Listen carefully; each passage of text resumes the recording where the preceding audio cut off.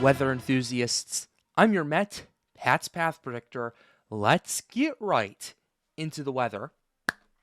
All right, so here's the situation we have for you, ladies and gentlemen. An area of interest as of last night has been tagged off the Bay of Campeche. The odds since then have increased. We're going to be talking about that. We're also looking at potential development along the East Coast as well, and we're looking at more conditions in the long term as the MJO and other factors do start to increase for much of the deep tropics for parts of July. So we're going to go ahead and dive into all of it today. So let's go ahead and start with the National Hurricane Center's latest advisory. And this is the situation that we have right here, and this is what we have. This is our area of interest. Now has a 30% probability of development in the next 7 days. So here's what we got going on here. A broad area of low pressure has formed over the Yucatan Peninsula in association with a large area of disorganized showers and thunderstorms over the northwestern Caribbean Sea and Yucatan Peninsula. Some additional development is possible over the next few days when the system moves into the Bay of Campeche this weekend. By early next week, the system should move inland over Mexico, ending its chances for additional development. Regardless of the possible development, locally heavy rains are possible over portions of Belize, Guatemala, and southeastern Mexico over the next few days. 20% chance of formation in the next 48 hours, 30% in the next 7 days. So that's kind of our situation that we have going on in the Bay of Campeche. Taking a quick look at the archives, just very quickly, let's go ahead and move on to earlier and kind of show you how this has evolved since last night. So we didn't have much yesterday, and then at 8 p.m. last night, we had a 10-20 probability in a small area. The area in every one of these advisories has gotten bigger and bigger and bigger and shifted a little bit further to the north. And the reason for this increase over here, in fact, Yoshi actually puts this perfectly in one of his tweets that he puts out. We'll go ahead and read this very quickly just to kind of show you what we're looking at. AOI raised to 20 to 30% due to new GFS support, system trending northwards and now developing, and increasing convection for our system here. Recon is also planned for tomorrow in this system. The biggest threat for it is wind shear due to a trough near the system. So that's something you're going to want to pay attention to as well, looking at this. Looking at this now, we're going to go ahead and take a quick look at aircraft reconnaissance potential for at least for tomorrow right here. So here's what we have going on. They're planned for the day. They are sending 2 flights into that Bay of Campeche system. Tomorrow we're going to be taking a quick look at that. So the first one will be going in tomorrow, I believe, around 1 o'clock in the afternoon Central Time, and the second one will be going in on the 29th, actually, around 12:30 a.m. So that's something we're paying attention to. So tomorrow afternoon, we're going to want to watch to see how this recon goes. And if it does go in a little bit earlier, hopefully we'll have enough data here on the Pat's Path Predictor channel to see, okay, how is this going to pan out and why should we be paying attention to this? But they are putting recon in this, and they're going to, basically what they're going to sample is, okay, how is the system organizing? Is it developing? Are we under some good conditions for development? And considering that this is the first area of interest in the Gulf region right here, and they have enough Hurricane Hunter reconnaissance to kind of sample and investigate the system, they're going to have ample time and they'll have ample resources to go in and take a quick look at this. Also, there'll probably be more of a practice run as well for hurricane season, especially as we go later into the season as well. So that's what we have going on with this area of interest. Very quickly, I do want to take a quick look at this one in the Eastern Pacific, Invest 95E, and then we'll go ahead and get back to satellite. Showers and thunderstorms associated with a broad area of low pressure located a few hundred miles south of the Gulf of Tehuantepec has increased some this morning but remain disorganized. Environmental conditions are forecast to be more conducive for development during the next day or two, and a tropical depression is expected to form by late this weekend or early next week, while the system moves slowly west-northwestward off the coast of southern Mexico. So 60% probability in the next 48 hours, 90% in the next 7 days. So that's something to pay attention to very quickly over here. Moving on to satellite imagery. Right here, you can kind of see where these two systems are organizing and trying to develop right here. Very interestingly, you don't often see this situation where two areas of interest are like on the other sides of Mexico right here. You don't see this too often. Normally, you either see it in the Atlantic side, which is the Caribbean, or the Gulf of, or the Gulf and Bay of Campeche over here, or you see it on the Pacific side off the Gulf of Tehuantepec right here. Because normally, what you would notice is as both of these systems would develop, one would shear the other, and in this case, the Eastern Pacific system would shear the Atlantic system. However, that doesn't look like it's going to be as big of a factor, mainly because the area of interest that's being tagged in the Eastern Pacific is more of a long-term threat, and the area of interest in the Gulf of Tehuantepec is more of a short-term threat, rather. And what I mean by that is the system's either going to develop in the next 2 to 3 days or it's going to dissipate. Whereas in the Eastern Pacific, Invest 95E has more time. It has more time to develop, more time to strengthen, and all of that stuff. So those are all factors that we're going to have to pay attention to going forward. But taking a closer look, we're going to go ahead and move on into the Western Atlantic just to kind of get a closer look at the convection that's going on. Overall, convection does remain relatively disorganized and mostly eastward of the center of circulation based on the NHC's area, but by and large, you are noticing an increase of convection starting to blow up over the Yucatan Peninsula right here. And you are noticing a bit more of a northward shift compared to what we were potentially expecting earlier. So those are some factors that we're going to want to pay attention to going forward. Also noticing a little bit of outflow starting to kind of pick up with Invest 95E, but we'll have to see how that will ultimately impact the system. Will it cause a little bit of shear? Most likely, yes, but will it be enough to kind of keep it from developing? That's to be seen. The main issue with this is it isn't going to like not develop, not because there's too much shear, but mainly because there's not enough time. At least according to some people, there may not be enough time for this system to develop over water before it moves and makes landfall in Mexico. So that might be something and a factor to pay attention to.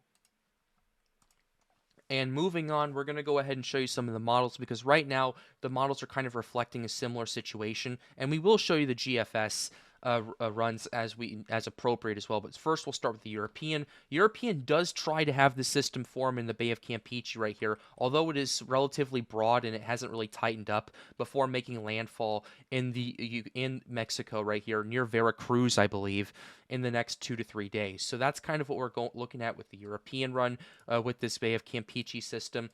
Looking at the GFS, this is going to be a bit more interesting right here. So the GFS has the system trying to organize, moving a bit further to the north, and ultimately making landfall near Veracruz, I believe in the next 60 to 66 hours or so. So we have seen a bit more of a northward shift with the GFS compared to what we've seen previously. But ultimately, we're going to have to look at other factors to see what kind of development we're looking at with this. If this does develop, the max I'm thinking this is going to go is maybe a weak tropical storm, in my opinion, mainly because it doesn't have enough time over water, and there's going to be some wind shear that's going to impact this, so we'll have to pay attention to that. But that's the GFS right here. Quickly showing you the Canadian run. Canadian's pretty similar. It does try to get its act together, but ultimately it makes landfall before it does. So that's kind of a situation we're looking at right here. And this might be one of those situations as well, similar to what we saw with Andrea, that models are one thing, but because they need to catch up and they need to take their time to figure out what's going on, we may not need to rely or have to rely on these models as much as we normally would for factors that, number one, this is going to be happening in the next 3 days, and number two, conditions are a whole other ballpark, and conditions will definitely be something to pay attention to going forward. And lastly, we'll go ahead and show you the Icon run. Icon is pretty interesting. Doesn't have too much going on, although it does try to close its low off before making landfall near Veracruz. So we'll have to see how that will ultimately pan out. But taking a quick look now at the conditions, I do want to take a quick look at the wind shear according to the European run to see, okay, how is the wind shear going to impact this, and will this potentially be an inhibitor right here? The answer to that is a little bit mixed from what I'm noticing. There is a pocket of low wind shear. If we go ahead and zoom in the Gulf region over here in the Western Atlantic, there is a pocket of low wind shear that the system could try and develop off of, and I think that's why the NHC partially has increased those probabilities since last night. But ultimately, there's a lot of wind shear to the north, in part thanks to Yoshi, Yoshi, actually, shout out to you because he pointed out there was a trough that was going to be developing in that region for the next little while, and then the wind shear does start to kick in as the system makes landfall, and that's pretty much the last we'll see of that chance over there. So we'll have to pay attention to that wind shear, looking at the dry air factor of it. Interestingly, there's dry air is actually not going to be a factor in this. It's going to be mainly the wind shear that causes the most issues, because there's going to be a pretty big moisture plume and a pretty big moisture pocket that the system could develop off of. So the main stuff I'm looking at with this is, okay, they're increasing the probabilities. This could be another sleeper developer right here. What's kind of driving this whole situation right here? Well, there's plenty of moisture. There is a pocket of low wind shear that could play in its favor, and there's also, obviously, as I keep bringing this up, very, very warm waters. The water temperatures where this system is at is hovering around 28 to 29 degrees Celsius. That's about 82 to 84 degrees Fahrenheit for those of you living in the United States. Now, the Bay of Campeche does not have the warmest Gulf waters anymore. Those are mainly concentrated along the Gulf Coast from Louisiana all the way down to near Tampa Bay in Florida. But ultimately, what you're noticing is you still have plenty of warm water, and that's more of a constant than anything, not just in the Gulf region, but also in the Caribbean, the Atlantic Basin, all over the place too, as well. So that's kind of another factor that we're watching right here. One quick comment I do want to make very quickly, though. I'm looking at this Gulf Stream right here. We're seeing 29 degrees Celsius waters off the coast of Virginia. That is something, as a forecaster, that you do not want to see this early in the hurricane season, because what that is telling me is the water temperatures are really starting to turn up further to the north. That's going to put more of New England and more of Canada at risk later in the hurricane season, and a bunch of other factors that we're going to want to pay attention to. And another factor that I'm concerned about this warm water is another potential area of development I am watching. Let's go ahead and go to Weather Nerds very quickly to show you what I've been looking at. So this is the European run that we have right here, and at least for right now, there is a probability of potential development off the coast of the Carolinas right here that I'm noticing that goes over that warm water in the Gulf Stream over there that you're going to want to pay attention to. So that's a situation that you're going to want to watch too. Now, granted, this isn't going to be a threat for a little while. The odds don't start to pop out until about 6 to 7 days out, but you are noticing how consistent they're becoming, and at least compared to the 12Z, they have upticked both in their power and in the amount of runs that we're seeing with this right here, the sample size with that. So those are some factors that you're going to want to pay attention to going forward. And I would say this is more of a long-term threat, maybe starting around the 4th of July if you're on the Carolina coasts. You're going to want to watch this for tropical development. So we'll have to see how this will ultimately pan out. Looking at the GFS ensembles, they're showing something a little bit more scattered and a little bit less short, a little bit more short term. But ultimately what you're noticing is even the GFS is starting to pick up on a few things. Now, there are a few factors that do play into this. Is this going to be warm chord? Is this going to be cold chord? We're going to want to pay attention to that going forward. But by and large, what you're noticing with this is ultimately those chances on the East Coast do increase, and those warm waters in the Gulf Stream do concern me quite a bit, and that is part of the reason why. I do want to take a quick look at the 12Z very quickly in terms of the GFS to show you what we're potentially seeing in the Gulf region right here. Yeah, those runs have shifted a bit further to the north, so we're going to want to watch that and see how this will ultimately pan out. But as we continue to look at this and as we continue to go forward, we'll have to look at some other conditions as well to pay attention to it. We already looked at current wind shear, at least for this region right here. I do want to expand a bit further out a little bit and look more long-term and see, okay, what's the probability we're going at, and what's the probability of the main development region, which I've been really concerned about, waking up again. So let's go ahead and start with the moisture. We're going to use the GFS this time around because, unfortunately, we don't have the 0Z Euro. I really wish Tropical Tidbits would get its act together so we actually could get that data and use that. But ultimately, here's what we have with the GFS. So basically, let's go ahead and take a quick look at the tropics all together right here, starting with the moisture, and then we'll shift over to the wind shear because, in my opinion, the moisture is going to be more of a factor than the wind shear is. So looking at that, you do see a bit of a moisture infusion across parts of the MDR. You're starting to notice a moisture pocket over here that kind of disrupts the flow of the Sahara dust a little bit. But ultimately, you have more moisture coming off due to tropical waves, the monsoon season waking up. And yes, you do have some more dry air starting to come in around the 5th of July due to the Sahara dust, but you're noticing how this is becoming more and more moist as you get to July 11th, July 12th, and even the 13th, as the MJO is expected to start to increase and expected to bring more favorable conditions to this region right here. There is a bit of Sahara dust over here to pay attention to, but we'll have to see how that will pan out. And I'm noticing another thing as well. I'm noticing as well, based on some of the development we're noticing right here. I'm watching this as well. I'm noticing some of the potential dust actually gets picked up and moved closer to Europe that I'm noticing and stays away from the Atlantic. So that's also something to pay attention to as well. Also, not to mention the Bermuda High continues to try to get its act together, although the Azores High is expected to remain dominant. But looking at this, it does look like more of the Sahara dust does start to pick up and move closer and more up towards Europe than the Atlantic around this time, and that's a concerning thing to look at going forward. Rather, it stays in the subtropics, or it doesn't really move very much at all in the main development region. So you're going to want to watch that and pay attention to that. Looking at the precipitable water anomalies, oh boy, you are looking at pretty moist, a lot more moisture going forward. And yes, there are some dry slots in a few areas right here, but by and large, you're noticing, at least in the main development region, you're noticing more moisture than average. That, coupled with the MJO that's expected to kick in around mid-July, is going to ultimately increase and boost the chances for tropical development over there.